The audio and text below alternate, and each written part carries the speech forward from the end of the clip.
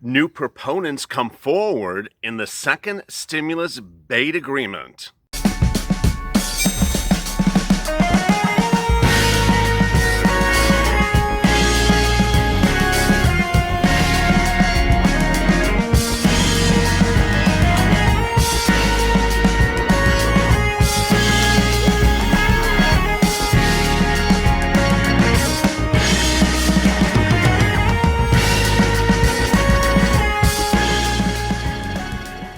Hey, good morning, everybody. It's Tuesday morning. Hope you are great and safe. Do you smell that? That's the coffee brewing. The toast is popping up. The food is on the griddle. I'm here and you're here, and happy good morning. It's Tuesday morning with big news about the second stimulus pack agreement, which is certainly short before us. The check and a lot of other parts of the second stimulus package have been ostensibly agreed upon. This channel reported first last week. But some of the other parts of the bill, like liability insurance, that token provision that Mitch McConnell wants, got new lip service overnight, and it wasn't in favor of the Kentucky senator. It was actually vehemently against. And who vocalized this? All the major players unions across the country. Big breaking news minutes ago about where we are on the second stimulus package agreement. Let's get right to it. First of all, the second stimulus package agreement goes into another day of negotiations between four key individuals. They are Nancy Pelosi, Chuck Schumer, Mark Meadows, and Steve Mnuchin. More about that in a second. Parts of that package have been ostensibly agreed upon, this channel first reported, based upon several leading reports published last Friday and then confirmed yesterday morning. They are the check that ostensibly the reports claim that the check will land at $1,200 for all individuals involved, whether you're an adult, a child, whether you're an adult dependent, minor dependent, non-dependent, everyone's getting a $1,200 check.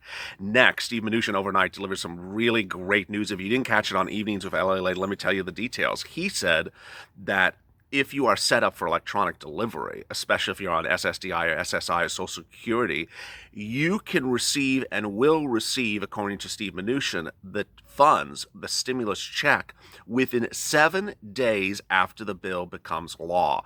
This is really exciting news because we had always thought, hey, it's going to come in mid-August, late August. Well, if the bill becomes law this Friday or next Monday, that means that you would receive the funds electronically if you're set up for electronic distribution within 7 days. This is really great, exciting news. Next, this is not the only stimulus check. This is just a stimulus check now. It's been vehemently confirmed across both party lines that there could be another stimulus check in the winter if need be. Next, other parts of the bill seem to be on full agreement, and others seem to be off to the left side. Off to the left side includes that ridiculous provision from Mitch McConnell. Now, I call it ridiculous, but ultimately that provision appears to be what's holding up your check. Give me my darn check, LALATE. And it's Mitch's ridiculous provision, which apparently got fired upon last night and minutes ago. It's ironic because the executive directors of the NFL, NBA, and NHL Major League Baseball and minor league soccer players associations all signed a vehement letter about the second stimulus package. I mean, wow, everyone's getting in on the discussion. And what did they say? To summarize, they basically said, take your stupid bill, Mitch McConnell, and go put it where it belongs.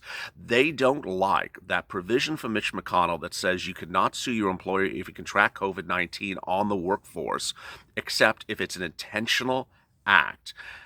What is that, LALATE? That means that the employer basically coughs in your face and laughs and says, I did that on purpose. Players are very concerned that the bill will include that provision, and I'll tell you why. Because millions and millions of players across professional sports are getting back to work. They're on the fields, and some of them are contracting COVID-19, and they're concerned that their bosses, the employers, the owners of these companies, will not be held for liability purposes, for purposes of unions and everything else, if they contract COVID-19 because of Mitch's bill. Now, this is very important for you, the viewer, because we're talking about hazard pay as well. Hazard pay is that incredible provision of the second stimulus package from the Democrats, which you've all been asking. Hey, LALATE, I've heard your comments. Hey, LALATE, you're the only one talking about hazard pay. Broadcast news is not talking about hazard pay. No one's talking about hazard pay. Well, I'm here for you. We're together. Yesterday afternoon, I did an incredible video in which I went through the provisions of the bill that explains who are hazard pay qualifiers, who are eligible for hazard pay. These are essential workers defined in the bill. And I saw your great comments overnight. And yes, some of you had comments and I had to say, no, you're not covered as essential workers in the bill. And yes, you are covered. Ultimately, what came down to it was a discussion between me and viewers and comments about, well, I do these certain things, shouldn't they qualify? And unfortunately, the way the bill is written, it really itemizes line by line who are essential workers and who aren't. It does say in another provision, and this is really great news, that we are to interpret it broadly.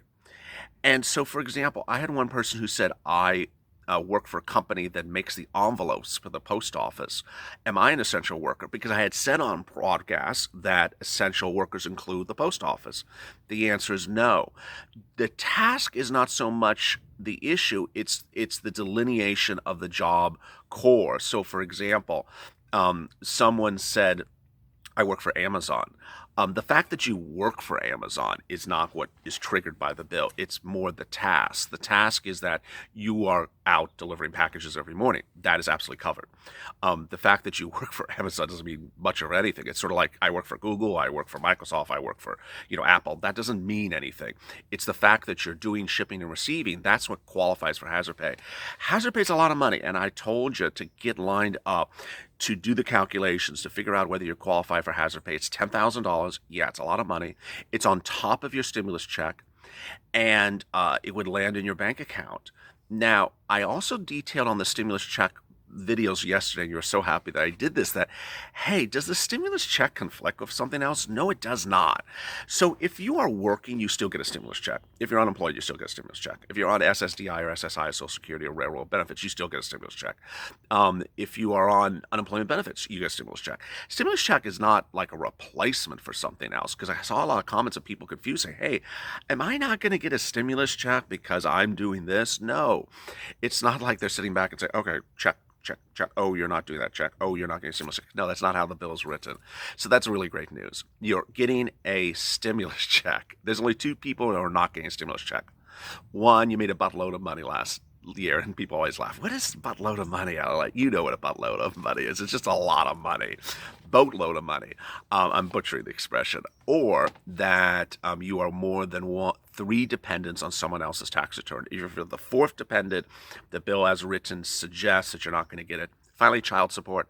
Child support, the Democratic proposal says you will get the stimulus check and it will not be taken for child support. The Republican plan says they can take it for child support. Then after hazard pay, we went to FPUC and we talked about, hey, what's going on with the negotiations for FPUC? Well, here we are. FPUC is really on track for the Democratic plan of the HEROES Act. I've been reporting that since last week. And I got to tell you, the Republicans have been mixed message, have been inconsistent message, have been a hot mess express on FPUC. The Democrats, on the other hand, have been $600 a week, $600 a week, $600 a week. Where are we currently? The Republican leadership, led by the president, Steve Mnuchin, his Treasury Secretary, Mark Meadows, his Chief of Staff, and even Mitch McConnell, who's out there, having chicken and not hardly doing anything of any sort, have all now sort of backtracked and flipped and said, hey, okay, we'll give you $600 a week. We'll give you your proposal, but we'll give it to you for 1 week. The Democrats are like, what are we going to do the week after? And you know what's, I did not mention this in yesterday's broadcast, but I think you sort of know where I'm going with this. It's sort of ridiculous because you can say, I'm going to give it to you for a week. Guess what happens the week after? Yeah, they're on vacation. Why do these people keep on proposing things to expire while on the vacation? So the White House, Mnuchin and Meadows, the 3Ms and McConnell are all proposing, $600 a week, and that's going to expire again, and we'll be on vacation. Boy. Now, an interesting factor, and I'm going to go over this right now since I'm at the FPUC of this morning's broadcast. Thank you for joining me. Is who supports $200 a week, the Republican proposal? Well, first of all, no one. Republicans leaders in the Senate don't support it. Overnight, Lindsey Graham, who often does not see eye to eye with the president, or Mitch McConnell, introduced his own bill, his own stimulus package. Like, we need another one of these. I got one to write. Don't you have a bill to write? We all have a stimulus package to write. Well, Lindsey wrote a bill, and he proposed 100% replacement of your unemployment benefits. Okay, thank you, Lindsey. I mean, we're far beyond this discussion. It's now everyone wants to write a bill. Next, polling across the country now says that even the strongest holds of Republican states or Republican counties are coming out and vocalizing their disapproval with the $200 proposal.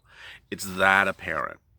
Third, Governor Cuomo out of New York, said that there has been this characterization by the Republicans overnight that only Democratic states want the $600 per week. Now, I mean, we know that's not true because you've been watching my videos since last week. Thank you for joining this channel. I mean, we're adding about 10,000 new subscribers every day. Our goal is to reach 150,000 subscribers by next Monday. So thank you for joining us last night. And we had 1 million views in the last 48 hours. Incredible. But Cuomo says that it's just not true that only Democratic states support $600 a week. It's the epitome of hypocrisy. We now have the Republican states that are suffering worse than the Democratic states. If they want to get this economy back running, you have to fund state and local governments. He says, hey, the data shows that Republican states support $600 a week. We're not crying wolf out here in the states about some dramatic measures that would be necessary. We have proof of prior recessions that we will cut, said John Hicks, a Kentucky budget director. Yes, he's from Kentucky. Federal fiscal relief is just critical for us to be able to maintain education, health, and public safety. This means spending for police, schools, healthcare, roads, and courts, and support for vulnerable neighborhoods. For Fremont Clopart, a spokesperson for the New York Department of Budgeting, federal government must act to provide states those resources right away. And that is not just FPUC, it's also this part of the bill, which I've talked about a little bit here and there, that provides money to states so they can disperse them to you. Wow. I mean, new reports over the weekend said that swing states that the president or Biden must win in the fall all support $600 a week. They don't support $200 a week. The strongest footholds of the president in the Republican states, counties, and cities across the country support $600 a week. So no one is really supporting $200 a week. On Friday, the Hot Mess Express arrived at Pennsylvania Avenue, and guess who's on the train?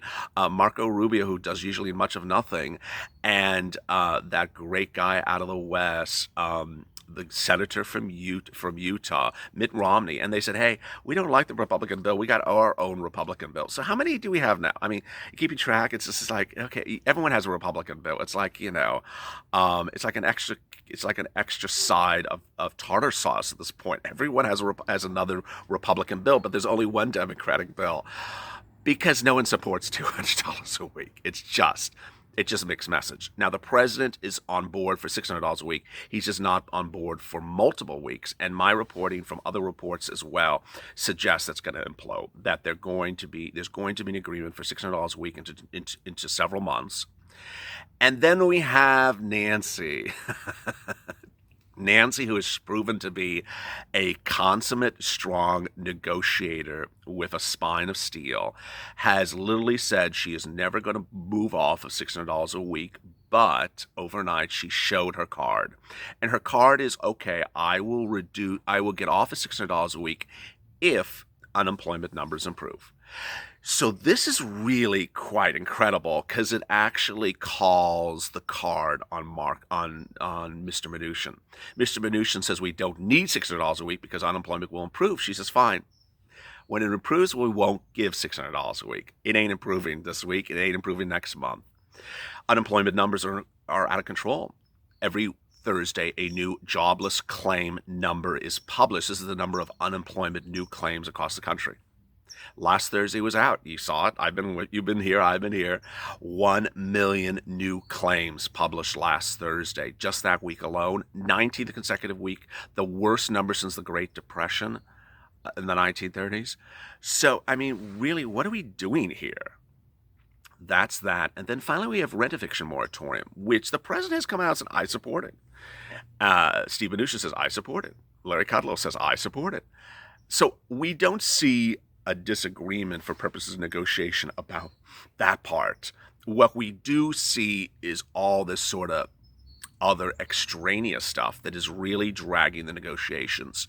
Yesterday morning, the head of Morgan Stanley, one of the biggest banks in the country, says, I don't see this negotiations going on much longer. I think you're going to see a deal this week. I don't think it's going to keep on dragging out.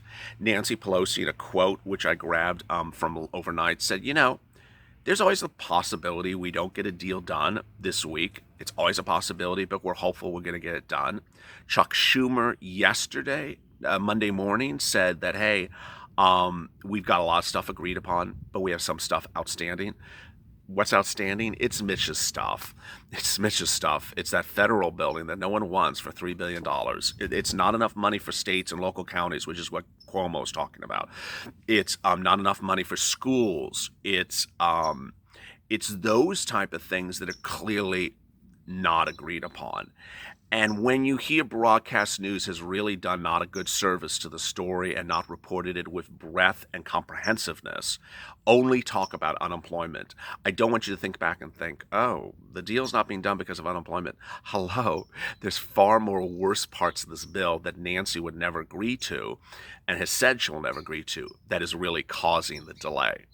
With that, a lot of great progress, a lot of great news. What should you be informed about and what should you know? Well, coming up later today on Afternoons LALATE, our 2-hour programming block. It starts at 3:30, and we're going to go through each of the parts of the bill and the major developments brewing, not the coffee, but the developments brewing today. We start at 3:30 with the check. 4 o'clock, then we go to hazard pay. 4:30, we go to FPUC and the big developments and negotiations about that $600 per week. And at 5 o'clock, we go to rent assistance. It's a lot of fun. We do a lot of detail. We go over the non-filer filing, child support. Yesterday, I went over the definition of essential workers. These are the detailed broadcasts that you really want to watch because they give you the microcosm of what's happening. And I don't necessarily repeat them every single day, these detailed items. So don't miss a broadcast because I may not come back to that subject matter for a couple days or, a week. Next is Evenings LALATE every evening at 6:45, a 1-hour programming block. It starts with a check with your questions and answers. So if you have questions in today's video, drop them below. I'll see your comments, I'll see your questions, and I'll know what I need to answer in that evening broadcast. And finally, we end with EIDL, which if you are a single individual that has a Schedule C, you have a side business, you own a business, you have an EIN, you may qualify for an EIDL loan. There's been a massive surge of new viewers now considering lending instruments like EIDL, which can give you up to $150,000 in your bank account within about 24 or 48 hours. And a lot of people are applying for it and having a lot of success and getting the money. So consider watching that video as well. It's been very popular the last couple of days as this new surge of applicants come in. As always, stay informed, stay educated, stay motivated, stay positive, enjoy your morning coffee. I'm here, and thank you for joining me and waking up this morning. Give me a shout out. I'd love to talk to you, and I'd love to hear where you're watching me from. So if you're in Kentucky or you're in Guam or you're in, yeah, we do have viewers in Guam. Give me a shout out, and I'd love to hear where you're from. As always, stay informed and stay up LA for more.